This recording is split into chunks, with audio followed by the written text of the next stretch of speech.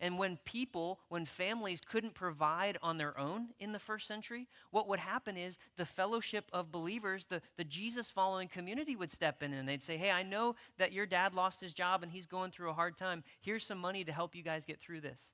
Or your family has kicked you out on the street because you're now a follower of Jesus, so why don't you stay in this room with us? I know that there's a lot of people living in the house, but you can stay with us while you get your feet back under you because you're being persecuted in this way.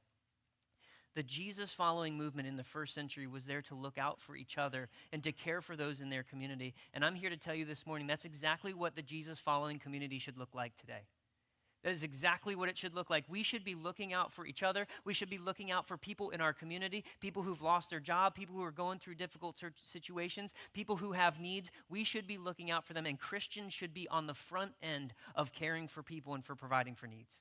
That's what Christianity should be known for. And unfortunately, it's not always been the case.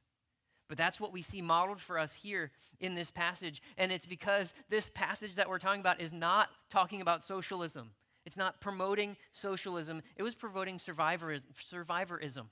These people were being persecuted to the point where they couldn't survive on their own. And so they rallied together and they took care of each other because they had a common mission and they had a common burden. They gave what they had to care for other people. The love and the environment that they created was voluntary, but it was love motivated.